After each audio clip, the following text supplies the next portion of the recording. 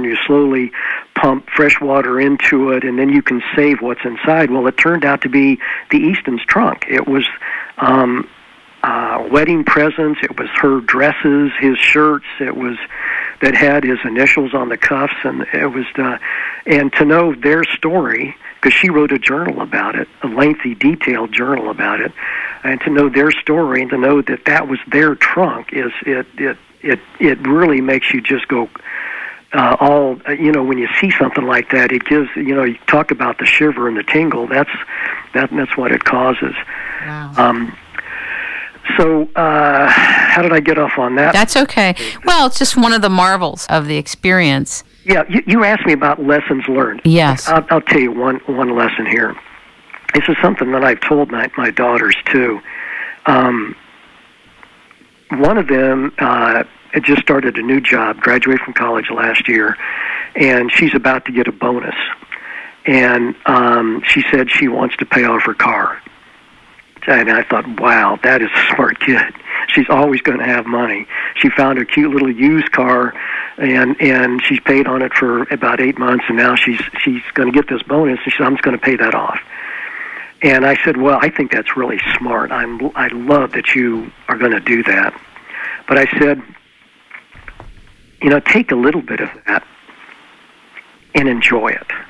Have fun with it. Buy yourself something really outrageous, take friends out for a big celebration or something. But it isn't any good unless you learn also to enjoy it. So save a bunch, but also enjoy it.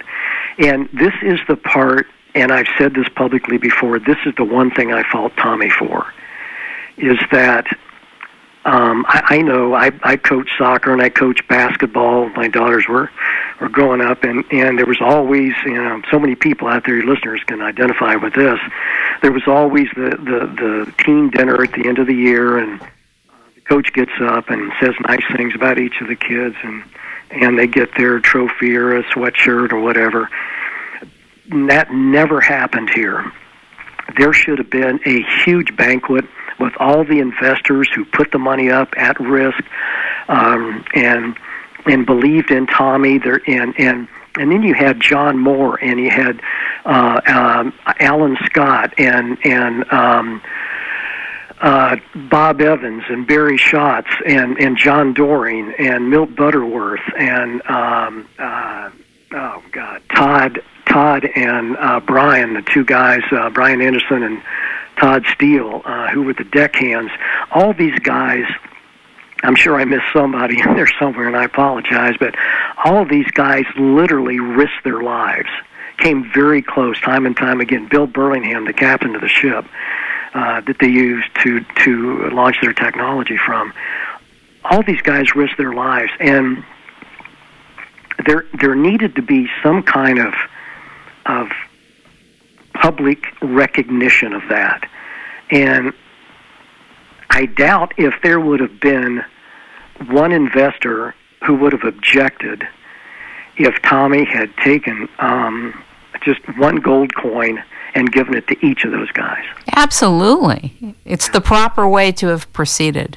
You have to enjoy it. You have to take time to sit back. Actually, everyone who was on that ship, if it were my ship, would have had a piece of the action for making it happen, and I would have insisted with the investors up front that if we find X, that everybody here who's risking their lives, etc., will have a certain percentage, and agreed on that percentage so that could happen immediately upon bringing it up.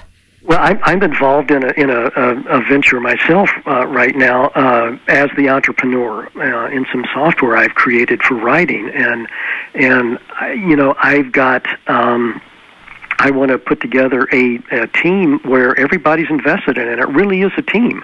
I can't do this by myself, and I want to get the very best people. But a part of them being the best is that they have to be fun people to work with, and they have to be enthusiastic and honest and all of those things, and we're going to have a good time. We're going to have a good time doing this, and we're going to do something that nobody's ever done before, and it's going to be really fun and exciting. But you want everybody to share in that. It really, this whole idea of being part of a team is just immensely gratifying. Whatever happened to Donald Glower, who was Tommy Thompson's mentor? What did Donald Glower ever say after this whole thing took place? I don't know. I have not talked to him. He was the dean of the College of Engineering at Ohio State, where Tommy was in school, and I talked to him, interviewed him when I was researching the book, but I don't know. I haven't talked to him. I don't know what he was doing or has been doing since. I know he was probably quite proud, because he's the one who said, this is tough. This is I know what is. He, as it turned out, was a marine engineer himself. And that's why when it turns out this one kid out of 8,000 engineering students wants to be a marine engineer, that's why he became Tommy's sort of advisor and then mentor.